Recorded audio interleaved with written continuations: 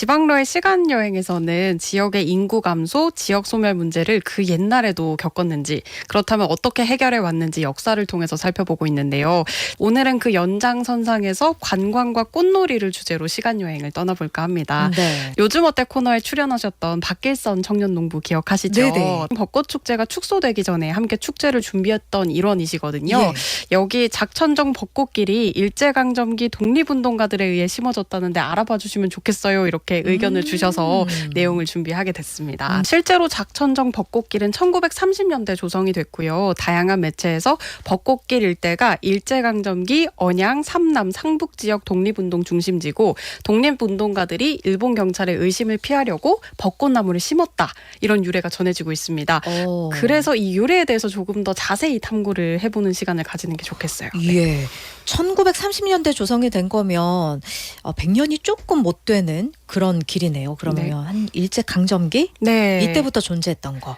사실 그 일제강점기는 우리나라에 벚꽃나무가 대거 등장했던 시기이기도 합니다. 일본이 우리나라 전역에 대량으로 벚꽃나무를 심었다 이런 기록이 있거든요. 예. 그래서 흔히 벚꽃 하면 일본의 꽃 이렇게 생각을 하지만 네. 사실 우리나라 자생종도 있습니다. 아, 벚꽃이 일본의 국화라고 알고 계신 분도 많으신데 그게 아니라는 거죠? 네, 아닙니다. 그러면은 네. 벚나무 역사도 잠깐 좀 알아볼까요? 그 우리나라의 왕벚나무는 1908년 프랑스인 신부 에밀 타케라는 사람이 제주도에서 처음 발견했습니다. 예. 이후에 1962년에는 그 나무의 유전자 해독을 통해서 제주도 왕벚나무가 일본과 아무런 관련성이 없다는 사실을 밝혀냅니다. 그러니까 우리나라에서 자생하는 나무이다. 그래서 벚꽃을 무조건 일본의 꽃으로 여길 필요는 없다. 이런 말씀을 드리고요. 그 이전 시대에는 벚꽃에 대한 기록이 명확히 남아있지는 않습니다. 다만 벚나무가 실용적인 목재로 활용이 됐던 것으로 보입니다. 어떤 시기 때부터요? 삼국유사 765년인데요. 예. 충담 스님이 신라 경덕왕을 만날 때 벚나무로 만든 것으로 추정되는 앵통, 그러니까 물건을 넣는 통을 사용했다는 기록이 있습니다. 예. 이게 벚나무에 대한 최초의 기록이고요. 또 고려시대 팔만대장경판의 목재 중에서 약 60% 이상이 산 벚나무다. 이런 기록이 있습니다. 그래서 그게 이런 벚나무예요? 네, 그 수많은 나무가 섞여 있지만 60%가 벚나무고요. 이런 기록들로 보아서 과거에도 벚나무가 존재했다 이런 가능성을 생각할 수가 그렇네요. 있지만 지금 이제 벚꽃을 바라보는 의미랑은 조금 달랐습니다. 시대마다 차이가 조금 있지만 문인들의 기록을 봤을 때 사군자의 하나인 매화 또는 뭐 진달래, 모란 이렇게 문학적으로 관심을 받았던 꽃들이 좀 따로 있어서 벚꽃에 대한 기록은 많지 않은 편입니다. 과거에 기록으로만 봤을 때는 오히려 벚나무로 제품을 만들거나 뭐 판으로 사용하거나 그런 경우가 훨씬 많았던 거군요. 네, 맞습니다. 그러면 다시 작천정 벚꽃길 이야기로 돌아와서 현재 만들어진 벚꽃길은 1930년대 독립운동가들이 조성한 길이라고 알려졌다는 거잖아요. 네. 그 역사적 배경이 있을까요? 이 독립운동가들이 일본 경찰의 의심을 피하려고 벚나무를 심었다 이런 유래는 사실 명확히 기록된 역사적 사실이라기보다는 구술로 전해지는 설에 가깝습니다. 지금의 벚꽃길은 1937년 당시 삼남 면장으로 있었던 곽혜진 선생이 자천정으로 들어가는 도로를 개통하면서 조성이 된 건데요. 네. 그렇다면 이 가로수를 왜 벚꽃나무로 심었고 이런 유래가 왜 함께 전해지는 건가 이게 좀 궁금해지잖아요. 네. 그래서 부울경의 지역사와 독립운동사를 연구하고 계신 이병길 지역사 연구가께 여쭤봤습니다. 일단은 보기에 좋으니까 벚꽃을 심었다 이리 보시면 되겠고요. 1910년대부터 뭐 30년대 이때까지 언양 지역에 항일운동 하던 사람들이 이 작평정에 자주 모였었어요. 심지어 뭐 3.1 독립운동도 여기서 모의를 했지 않나 이런 이야기도 있었거든요. 1924년도에 언양 지역의 무산자 동맹이라는 단체가 여기서 창립을 하고요. 30년대 언양에서 활동했던 신관회와 관계된 청년운동 사회단체들이 여기서 소풍을 하고 그랬었어요. 특히 이 도로를 개설하는 데 큰 역할을 했던 삼남 면장 곽혜진 선생이 선도교인으로서 3.1 독립 만세운동과 관계됐다는 그런 이야기가 있고 3.1 운동 이후에 언양에 신문 지국을 세우거든요. 그 지국장 역할을 한 사람이 또 이 곽혜진 씨예요. 길을 개통하는 데 힘썼던 분도 곽혜진이시고 네. 그리고 3.1운동도 역시 같이 하셨었기 때문에 이런 독립운동의 목적으로 만든 게 아닐까 네. 추정을 해본다는 거죠. 그렇죠. 시기가 딱 맞아떨어지고 한 인물로 비롯된 거라. 네, 그리고 그 현장이 독립운동의 증거이기도 한 거잖아요. 예. 그래서 이런 이야기가 나왔다라고 볼 수가 있고요. 그러면은 우선 독립운동을 목적으로 벚나무를 심었다기보다는 그때 당시에도 벚나무가 심어진 그 공간에서 우리 독립운동을 하시는 분들이 모여서 회의도 하시고 네. 그런 모습이 있었다는 거네요. 그렇죠. 수많은 기록들을 남기셨고요. 그래서 지금도 작천정에 벚꽃 보러 가신 분들 많이 계실 텐데요. 그때의 역사도 한번 떠올려 주시면 좋겠습니다. 이후에 1990년대에 벚나무를 조금 더 심었어요. 그래서 지금은 총 500여 그루의 벚나무가 약 1km 벚꽃 터널을 이루고 있습니다. 네. 그러면은 축제라는 걸 벌인 게 네. 비교적 최근의 일인 거죠? 그 울주군에서 공식적으로 벚꽃 축제를 연 것은 2019년의 일입니다. 얼마 안 됐네요. 그렇죠. 그런데 축제를 열기 이전부터 오랜 봄나들이 역사를 가진 명소이기는 했습니다. 1960년대 초반까지만 해도 한복을 입고 고무신을 신은 상춘객이 많았다고 전해지고요. 계모임이나 가족 단위로 해서 벚꽃 아래에서 먹고 마시고 봄을 즐겼다 이런 기록들이 있습니다. 네. 이 100년이 가깝게 자라온 왕벚나무들이 자리한 동네 이름이 수남마을이거든요. 예. 이 수남마을의 수가 물수자, 그래서 물의 남쪽에 있는 마을이라는 뜻입니다.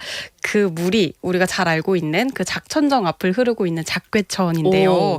이 작괴천 또한 오랜 시간 관광 명소로 알려진 곳입니다. 네. 정확히는 이 작괴천변에 작천정이 생긴 시기부터 유명해지기 시작했대요.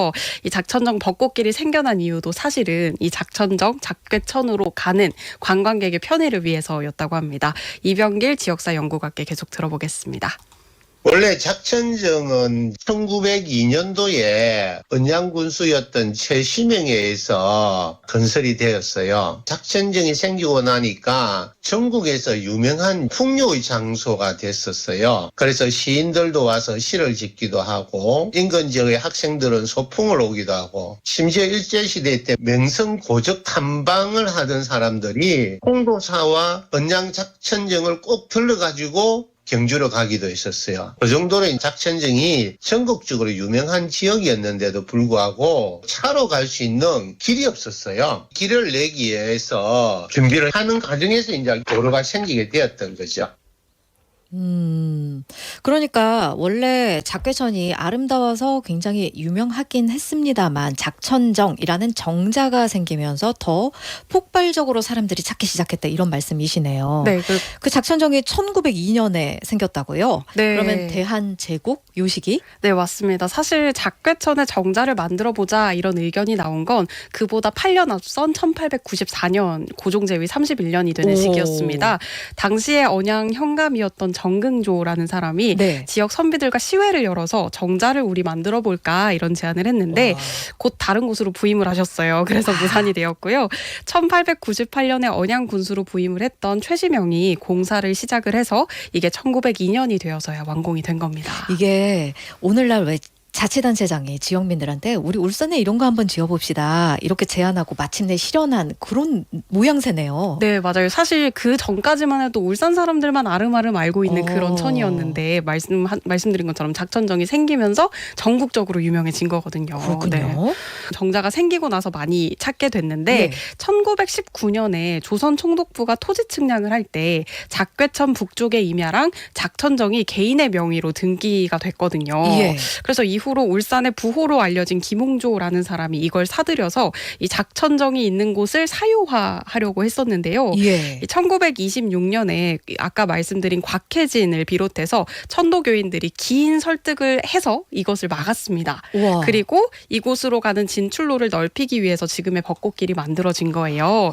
당시 샛길만 있어서 가기가 정말 어렵고 차로 네. 다닐 수 있는 도로가 없었거든요. 우와, 우리 그 옛날의 조상들은 큰 그림을 보셨군요. 그럼요. 이게 만약에 그 김홍조라는 부호를 알려진 분이 사들였었다면 오늘날처럼 우리가 꽃놀이 못 가는 거잖아요. 네. 그쪽으로는. 네, 그런데 그 도로를 만들었다고 하셨는데 길을 여는데도 땅이 필요하긴 해요. 네. 그러면 그 땅은 그때는 국유지였을까요? 아니요, 이 또한 여러 지주가 자진해서 토지를 기증하고 나섰다고 합니다. 물론 초기에는 응하는 사람이 많지가 않아서 예. 지역사회 활동가들이 거의 한 10년 동안을 설득 과정을 거쳤다고 합니다. 결국 그래서 뜻을 이루고 작괴천과 작천정이 시민의 품으로 다시금 돌아오게 됐습니다. 네. 요 내용을 담은 신문 기사를 준비를 해왔는데요. 조선일보에 1935년 4월 26일에 나왔고요.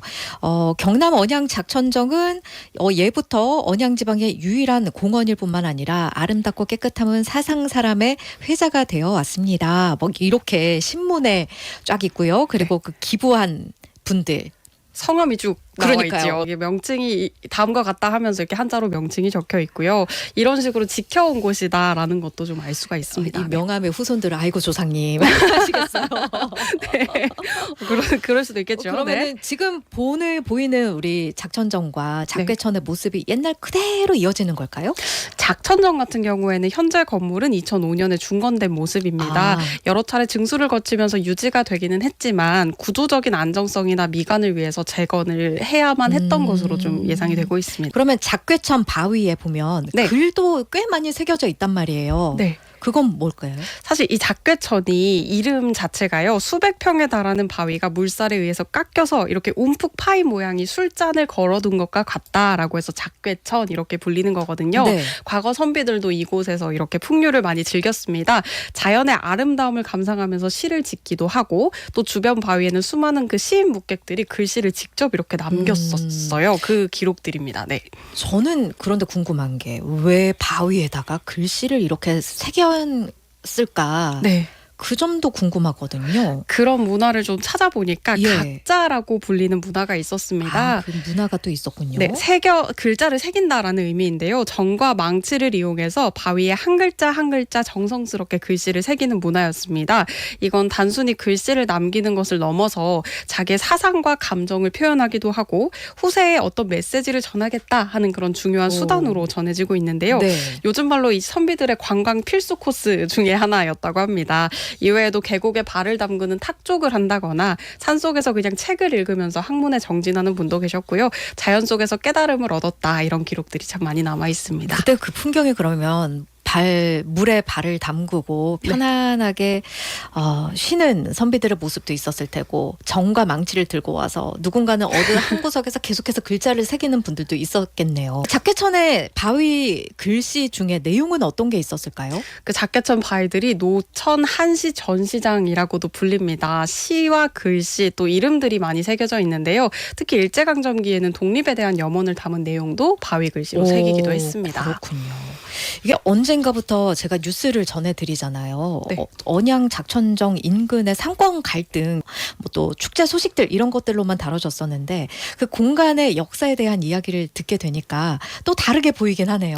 저도 벚꽃이 마냥 예쁜 곳이다 이렇게만 생각을 했는데 이게 시민들을 위한 애정이 묻어있는 곳이기도 하고 독립운동가들의 처절한 생각이나 노력이 숨어있는 곳이기도 하고 훨씬 더 이전에는 선비들이 이 풍경을 통해서 깨달음을 얻으러 가는 그런 공간이기도 했다는 걸 알게 갓을 됐어요. 잠시 내려놓고 도포차락을 휘날리면서 정과 망치를 그런 그렇죠. 풍경도 있었겠군요. 네, 그래서 이런 얘기들을 좀 제대로 알고 지역의 아름다운 공간들을 즐긴다면 좋겠다라는 생각을 했습니다. 그러니까요. 네. 요즘 지자체마다 왜 스토리텔링 발굴하면서 지역의 이야기를 입히는 그런 사업들 많이 하잖아요. 네.